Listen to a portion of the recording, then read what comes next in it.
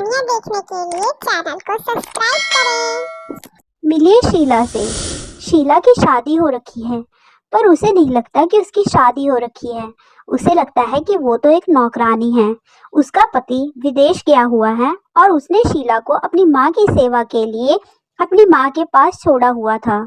सास दिन भर शीला को ताने मारती रहती, ए महारानी कहाँ है? चाय बनाने का टाइम आ गया तो छुपकर बैठ गई। शीला, शीला, बहू, शीला। बार बार शीला का नाम जोर जोर से चिल्ला रही थी। जी माँ जी, बताइए। मैं किचन में थी, थोड़ा काम कर रही थी। हाँ हाँ, मुझे पता है कौन से काम करती है तू। जब देखो छुपकर बैठ जाती है कि कहीं तुझे कोई काम ना मिल जाए। माँ जी, आप तो ऐसे बोलती हैं जैसे मैं कोई काम नहीं करती। तो बता तू क्या करती है? घर में जो झाड़ू पोछा होता है, खाना बनाना होता है, बर्तन साफ करने होते हैं, वो कोई बाहर से करने नहीं आता माँ जी, मैं ही करती हूँ। छोटे मोटे काम करके तू तो ऐसे बोल रही है जैसे महारानी हो। आजकल की लड़कियां तो कोई कम नहीं है, थोड़ा सा काम कर ले तो सुनाती रहती हैं। हाँ हाँ माँ जी, मैं ही सारा काम सुनाती हूँ। अच्छा छोड़ बहू, मेरे लिए जल्दी से चाय बना कर लेकर आ, मेरे सर में बहुत दर्द हो रहा है। जी माँ जी, मैं अभी बनाकर लेकर आती हूँ। शीला की एक अच्छी बात थी कि वो सास के कामों को जवाब नहीं देती थी, फिर भी सास उसकी कदर नहीं करती थी। आई बड़ी मुझे ज्ञान देने वाली। शीला की सास इतनी गंदी थी कि दिन भर शीला को कामों में ही लगा कर रखती थी। बेचारी को एक मिनट भी बैठने नहीं देती थी। शीला, चाय तो बना दी, जाओ बाथरूम में कपड़े रखे हैं, 2 दिन के कपड़े हैं, जाकर धोकर आ। जा बहू जा, इतने कपड़े कर दिए मैंने बाथरूम में कि तुझे 2-3 घंटे तो लगेंगे। ऐसा करने में मुझे बहुत मजा आता है। शीला की सास बहुत ही ज्यादा अकड़ू थी।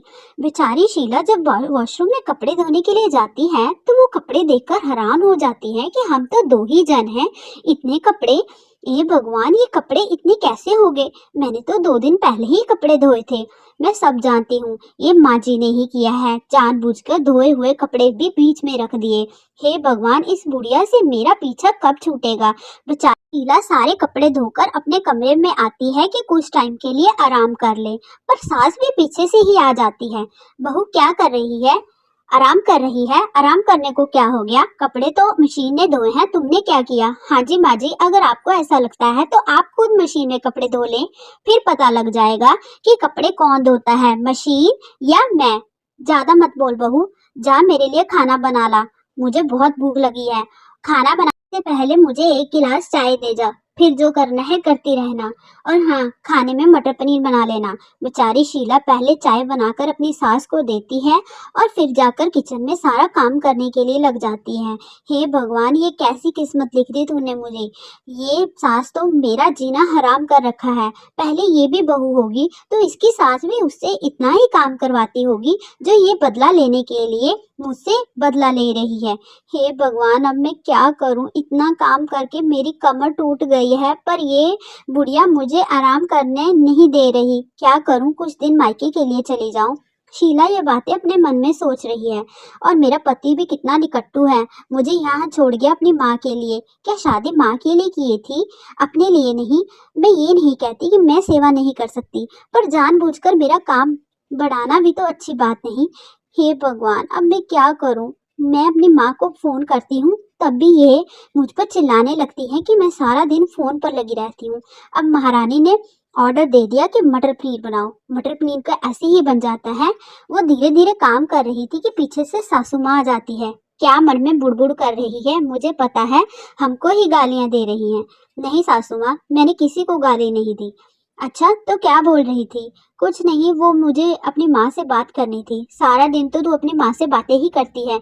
अच्छा माँ जी, मैं माँ से बातें करती हूँ? मैं कब माँ से बातें करती हूँ? सारा दिन तो आप मुझे काम में लगाई रखती हैं। बहू तो बहुत बोलना शुरू कर रही है। हाँ माँ जी, मैं बहुत बोलना और बहुत काम कर कर के अक गई हूँ। मुझे भी कुछ दिनों के लिए रेस्ट चाहिए, इसीलिए मैं अपने मायके जाऊंगी। दोनों सास और बहू में ऐसी तकरार दिन भर होती रहती थी। बेचारी शीला दिन भर घर का काम करती, झाड़ू पोछा, कभी खाना बनाना, कभी कुछ और कुछ। आज उसकी सास घर पर नहीं थी, इसीलिए शीला ने सोचा क्यों ना अपनी बहन से बात की जाए, क्या पता वही मुझे अपनी सास से बचने का कोई इलाज बता दे। वो अपनी फोन मिला लेती हैं। और अपनी सारी सिचुएशन बताती है कि किस तरह उसकी सास ने उसका बुरा हाल कर रखा है। तो उसकी बहन भी बताती है कि हमारे यहाँ एक बहू ऐसे ही तंग थी, तब बहू ने नाटक करना शुरू कर दिया, कभी बीमारी का, कभी कुछ और कभी कुछ। अब तो उसने एक नाटक शुरू कर रखा है कि उसमें उसकी सास की आत्मा रखी है। हे भगवान, दुनिया में क्या क्या चल रहा है, क्या बताऊं शीला। और सुना, ये तो सब चलता ही रहता है, हमें तो काम करना ही पड़ेगा, हम बहुएं जो ठहरी। ये बात सुनकर शीला के दिमाग की पत्ती जग जाती है और वो सोच लेती है कि अब उसे क्या करना है। जी हाँ, जैसे मेरी सास अब मुझे तंग कर रही थी, वैसे ही अब मेरी सास तंग होगी। शीला भी अब प्लान बना लेती है कि वो भी अब भूत आने का ड्रामा करेगी। पर मैं भूत किसकी लाऊं अपने अंदर? जी हाँ, अब वो सोच रही थी कि वो भी किसी की आत्मा अपने अंदर लाए और अपनी सासू माँ से काम कराए। सास मेरी किससे डरती है? एक बहू अपनी सास से ही डरती है, तो क्यों ना मैं सासू माँ की है ये आत्मा अपने अंदर लाने का नाटक करती हूँ। शीला पूरी तरह से तैयार हो जाती है, क्योंकि उसे पता तो था ही कि सासू माँ ने उसे कई बार बताया था कि उसकी सासू माँ बहुत ज्यादा अकड़ू थी। इतने में जब शीला की सास उसके पास आती है और शीला का नाम चिल्लाती है, महारानी क्या कर रही हो? शीला क्या हो गया? तुम इधर उधर क्या देख रही हो? जाओ मेरे लिए चाय बना कर लाओ। जी जी माँ जी, मैं अभी आपके लिए चाय बना कर लाती हूँ। बड़े प्यार से बात कर रही हो आज तो मेरे साथ, क्या बात होगी? शीला तुम ठीक तो हो? हाँ माँ जी। आगे तो आप ऐसे बोलते हो कि मैं आपको चाय नहीं बना के देती। हर बार तो आपको चाय बना कर देती हूँ, आज मैं आपके लिए बहुत अच्छी सी चाय बनाऊंगी। शीला मुस्कुराकर अपनी सास को जवाब देती है। इतने में शीला बेहोश होकर गिर जाती है और जैसे ही वो गिरती है उसकी सासू माँ परेशान हो जाती है, जोर जोर से चिल्लाती है, शीला शीला। शीला जल्दी से खड़ी हो जाती है, उसकी आंखों का रंग बदल जाता है। यह देखकर सासू माँ बहुत ज्यादा घबरा जाती है। शीला क्या हो गया बेटा, क्या हो गया? तुम्हारी आंखों को क्या हो गया? उसे नहीं पता था कि शीला नाटक कर रही है। शीला ने अपनी आंखों में लेंस डाल रखे थे। शीला जोर जोर से चिल्लाने शुरू कर देती है, सुमित्रा बहू, सुमित्रा बहू। शीला की सास का नाम सुमित्रा था। अरे तुम मुझे सुमित्रा बहू कहकर क्यों चिल्ला रही हो और ये बार बार उछल क्यों रही हो? शीला बहू क्या हो गया? शीला मैं डॉक्टर को बुलाती हूँ। मैं शीला नहीं हूँ बेवकूफ, मैं तेरी सास हूँ। सास? हाँ हाँ मैं तेरी सास हूँ, तूने मुझे बहुत तंग किया है, अब मैं तुझे तंग करने के लिए आई हूँ तेरी बहू के बीच। सुमित्रा यह सुनकर घबरा जाती है कि ये क्या हो गया, पर उसे विश्वास नहीं हो रहा था। उसे लग रहा था कि शीला ड्रामे कर रही है। पर जैसे ही शीला ने सुमित्रा की सास बनकर उसे दो चार बातें सुनाई, सुमित्रा तो बेचारी पानी पानी हो गई। उसे विश्वास हो गया कि उसकी सास ही शीला बहू में आ गई। अब मैं क्या करूं, मैं क्या करूं? ये बुढ़िया बड़ी मुश्किल से मरी थी, अब ये फिर आ गई मुझे तंग करने के लिए। हाँ हाँ तू तो मुझे मरा ही भालती है, अब मैं नहीं जाऊंगी तुझे छोड़कर। अब मैं तुझे बताती हूँ कि सास और बहू होते क्या है। शीला की सास तो भागकर कमरे से बाहर आ जाती है। हे भगवान, ये क्या हो गया? अब मैं किसको लेकर आऊं? तभी उसके दिमाग में एक आइडिया आता है कि पास वाली गली में एक तांत्रिक रहता है, क्यों ना मैं उस तांत्रिक को बुला लाऊं। हाँ, वो उस तांत्रिक को फोन पर बात करती है कि मेरी बहू में पता नहीं क्या हो गया, वो उछल उछल कर बातें कर रही हैं, तुम जल्दी से मेरे घर आ जाओ। इतने में वो तांत्रिक सुमित्रा देवी के पास आ गया। क्या हो गया मुझे नहीं पता। शीला जोर जोर से चिल्ला रही है, उसकी आंखों का रंग बदल गया है। वो मुझे बोल रही है कि वो मेरी सास है। क्या पता वो आपकी सास की आत्मा हो। चलिए आप मुझे बताइए कहाँ है आपकी बहू? मुझे तो बहुत डर लग रहा है उसके पास जाने में, मैं नहीं जाऊंगी। अगर आप नहीं जाएंगी तो मैं कैसे जाऊंगा? चलिए चलिए, डरने की कोई बात नहीं। तांत्रिक शीला के पास चला जाता है। कौन हो तुम? मैं इसकी सास हूँ, इसने मुझे बहुत तंग किया है जवानी में, और अब देखो अपनी बहू से कैसे काम करवाती है। मुझे यह देखकर बहुत चिढ़ हो गई, इसी कारण मैं बदला लेने के लिए वापस आई हूँ। जब मुझे सब ठीक लगेगा और मुझे लगेगा कि ये मेरी सेवा अच्छे से कर रही है, मैं वापस चली जाऊंगी। तांत्रिक उसे बोलता है कि पक्का तुम चली जाओगी ना। तो शीला भी जोर से बोल देती है, हाँ हाँ मैं चली जाऊंगी, पर इससे पहले मैं जाऊं मेरी बहू मेरी पूरी तरह से खातिरदारी करे तभी मैं जाऊंगी। तब तांत्रिक शीला की सास को बताता है कि आपको अपनी सास की खातिरदारी करनी होगी, जैसा जैसा वो कहे आपको वैसा ही करना होगा, नहीं तो आपकी सास आपकी बहू में ही रहेगी और कभी भी नहीं जाएगी। तब शीला की सास बहुत ज्यादा डर जाती है कि कहीं उसकी सास फिर से उससे वही सेवा ना कराए जो पहले वो उससे सेवा करवाती आ रही थी। हे भगवान, अब मैं क्या करूं? बुढ़िया बड़ी मुश्किल से मरी थी, अब ये फिर जिंदा होकर आ गई। अब मैं बहू की सेवा करूंगी, बहू के अंदर तो सास है। हे भगवान, ये क्या हो रहा है? कोई बात नहीं तांत्रिक जी, मैं अपनी सास की खूब सेवा करूंगी जिस कारण वो जल्दी से यहाँ से चली जाए। इतना कहकर तांत्रिक वहां से चला जाता है और सास लग जाती है अपने कामों पर। उसको ऑर्डर मिला था कि घर को अच्छे से झाड़ू पोछा करके तैयार कर दे। जी सासू माँ, मैं अभी तैयार करती हूँ घर को।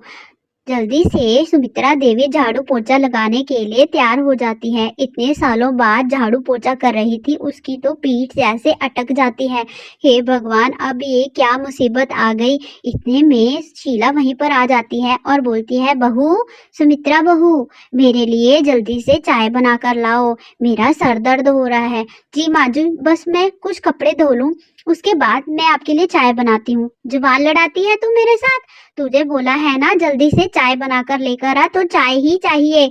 आई बड़ी, नहीं तो दिखाऊं तुझे अपना कमाल। नहीं नहीं सासू माँ, मुझे माफ कर दीजिए, मैं अभी चाय बनाकर लेकर आती हूँ। बेचारी सुमित्रा देवी हमेशा काम में ही लगी रहती। ऐसे ही कुछ दिन चल रहे थे। जब भी सुमित्रा देवी आराम के लिए बैठती, शीला देवी वहीं पर आ जाती और शीला अपनी सास से काम करवाने के लिए लग जाती। यहाँ पर क्यों बैठी हो? तुम्हें बोला था ना जाकर वो काम करो। कोई काम नहीं करती निकट्टू, वही तुम तो वही हो। पहले भी मुझे जवाब देती थी, अब भी। देखो तुम्हारी बहू कितनी अच्छी है, जब भी देखो तुम्हारे काम में हाँ मिला देती है। हाँ ये तो था सासू माँ, मेरी बहू बहुत अच्छी है। सुमित्रा को अब अपनी शीला बहू की बहुत याद आ रही थी। जब भी वो कोई ना कोई काम करती तो उसे शीला की याद आती। जब वो कपड़े धोने के लिए वॉशरूम में जाती है तो मशीन लगाती है और याद करती है कि कैसे वो भी अपनी बहू को ऐसे ही ऑर्डर दे देती थी और बेचारी शीला कोई जवाब हाँ या ना में ना देकर अपने काम पर लग जाती थी। मैंने अपनी बहू के साथ बहुत बुरा किया, मैंने भी तो उसके साथ हमेशा सास जैसा व्यवहार किया, कभी माँ नहीं बन पाई मैं शीला की। हे भगवान, मुझसे क्या गलती हो गई? कुछ देर बाद सुमित्रा देवी खाना बनाने के लिए चली जाती हैं। जब वो खाना बनाती है तो उसे याद आती है कि कैसे बहू कपड़े धोने के बाद फिर से किचन में चली जाती। क्या उसकी पीठ नहीं दर्द होती? क्या वो थक नहीं जाती जैसे आज मैं थकी हूँ? थोड़े से कपड़े धोने से ही मुझे सांस चढ़ गई और मेरी बहू दिन रात मेरी सेवा में लगी रहती, फिर भी मैं उससे कभी खुश नहीं हुई। हे भगवान, मेरी शीला बहू को जल्दी से ठीक कर दो और मेरी सास को जल्दी से ऊपर भेज दो। मुझे नहीं पता कि मेरी शीला बहू कैसी थी और कैसी नहीं। अब से मैं उसके साथ अच्छे से रहूंगी। शीला ये सब बातें सुन रही थी और जैसे ही उसकी सास उसके पास आती है, उसके पास आकर रोना शुरू कर देती है। बेटी शीला, मुझे माफ कर दे शीला, मैंने तेरे साथ हमेशा गंदा व्यवहार किया और तूने मुझे अपनी माँ जैसा रखा, पर अब फायदा क्या? ये सब बातें मैं तुझे कब बता पाऊंगी? कब जाएगी मेरी सास यहाँ से? मैं तो बहुत ज्यादा परेशान हो गई हूँ। बेटी शीला, तू वापस आ जा। इतने में शीला बोल पड़ती है, माँ जी, आपकी शीला यहीं पर है, कहीं नहीं। क्या? सास गई मेरी? सास गई? नहीं नहीं माँ जी, आपकी सास आई ही नहीं थी, मैंने ड्रामा किया था। ड्रामा? कैसा ड्रामा बहू? आप मेरी कदर नहीं कर रही थी, जिस कारण मुझे आपकी सास की आत्मा मेरे में आ गई, ये ड्रामा करना पड़ा। मुझे माफ कर दीजिए माँ जी, मेरा इरादा आपको ठेस पहुंचाने का नहीं था। आप जैसा काम करवाएंगी मैं वैसा ही करूंगी, मुझे माफ कर दीजिए, आप रोइए नहीं। नहीं नहीं बहू, तेरी इस नाटक ने मेरी आंखें खोल दी। कैसे मुझे बता दिया कि मैं भी एक सास ही बनी रह गई, कभी माँ नहीं बन पाई। बेटा मुझे माफ कर दे, अब से मैं तेरी माँ हूँ, सास नहीं। हम मिलजुल कर काम करेंगे, जैसा तुझे ठीक लगे तू वैसा ही करना। से हम दोनों मिलजुल कर यहाँ पर रहेंगे और एक दूसरे का सुख दुख बांटेंगे। मुझे माफ कर दे बेटा। माँ जी, आपको अपनी गलती का एहसास है, इसी बात के लिए मैं बहुत ज्यादा खुश हूँ। आप मुझे माफ कर दीजिए, जो इतने दिनों से मैं आपसे काम करवा रही थी। कोई बात नहीं बेटा, तूने मेरी आंखें खोल दी। तेरे जैसे बहू हर एक को मिलनी चाहिए। मेरी आंखें खोलने के लिए मैं तेरा बहुत बहुत धन्यवाद करती हूँ। अगले दिन से ही सास बहू मिलजुल कर रहना शुरू कर रही हैं और एक दूसरे के काम में हाथ बटा रही हैं। एक सफाई कर रही है तो दूसरा खाना बना रही है, एक कपड़े धो रही है तो दूसरी बर्तन मांज रही है। तो दोस्तों, हमें भी अपनी बहुओं के साथ ऐसे ही रहना चाहिए। बेचारी बहुएं घर का सारा काम करती हैं, बदले में इज्जत और प्यार मांगती हैं। इतना तो हम उनके लिए कर ही सकते हैं। आपको ये कहानी कैसी लगी दोस्तों? कमेंट कीजिए और वीडियो लाइक और चैनल को सब्सक्राइब कर लें। धन्यवाद दोस्तों।